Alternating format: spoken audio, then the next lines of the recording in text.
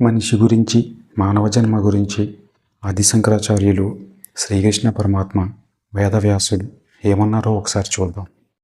వివేక చూడమణిలో ఆది శంకరాచార్యులు జీవులకు మానవ జన్మ లభించడమే దుర్లభం, దానికంటే ఆ పురుషుడు వైదిక ధర్మాన్ని ఆచరించడం అనేది కోట్ల జన్మలలో చేసుకున్న శుభకర్మల పరిపక్వ దశ వలన కానీ లభ్యం కాదు. శ్రీమద్ భాగవతంలో శ్రీకృష్ణ పరమాత్మ చెప్పిన మాట, అన్ని ఉపాధుల్లో మనుష్యుని ఉపాధి ఉత్తమోత్తమం. మనుష్య ఉపాధిలో మాత్రమే ఆత్మదీప్తి సులభంగా ప్రకాశిస్తుంది. మనుష్యుని ఉపాధి నాకు ఎంతో ప్రీతిపాత్రమైనది.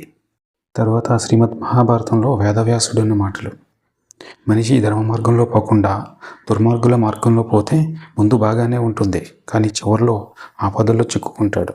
కాలం ఇన్ని ఇబ్బందుల పాలు చేస్తుందని గ్రహించి అత్యంత ధైర్యంతో ధర్మాన్ని ఆచరించాలి.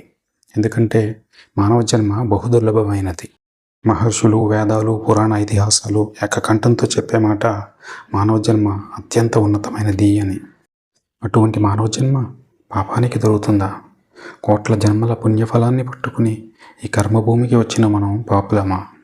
మనిషిని పాపి అనేవాడి గురించి ఒక చిన్న ఉదాహరణ రూపంలో చెప్పాలి అంటే, ఒక బంగారు బొమ్మ పక్కనే ఒక ఇనుప బొమ్మ చాలా కాలం నుండి ఉన్నాయనుకోండి.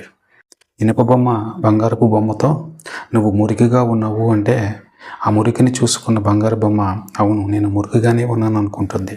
అయితే ఎంత మురికి అంటుకున్నా ఇనుప బొమ్మ మాత్రం బాగానే కనపడుతుంది. ఎందుకంటే ఆ మురికి ఆ బొమ్మలో సహజంగా కలిసిపోతుంది. ఇక్కడ బంగారు బొమ్మ అంటే ధర్మాచరణ చేస్తున్నవాడు. పక్కవాడు మురికి అంటే పైన కనబడుతున్న కొంచెం అజ్ఞానం అనే మురికిని చూసి తక్కువ వాడిని అనుకోకూడదు. మన బంగారం విలువేంటో, పక్కవాడి విలువేంటో ఖచ్చితమైన జ్ఞానంతో తెలుసుకోవాలి.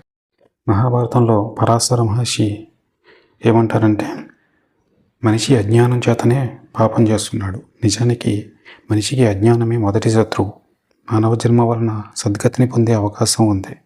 పుణ్యతీర్థాల్లో స్నానం, అతిథి సేవ వంటి సత్కార్యాలు చేసినప్పుడు ఫలాన్ని ఆశించకూడదు. ఆ విధంగా నిష్కామ కర్మ చేస్తున్న మానవుడు శాశ్వత పదాన్ని పొందుతాడు అని. శివమహాపురాణం కలికాలంలో మానవుడు యథాశక్తి వైదిక కర్మను ఆచరిస్తే ఫలం అనంతంగా ఉంటుంది అని చెబుతుంది. ఈ కర్మభూమిలో పుట్టిన మనం పాపులమా, అదృష్టవంతులమా? మీరేమనుకుంటున్నారు? కామెంట్ చేయండి.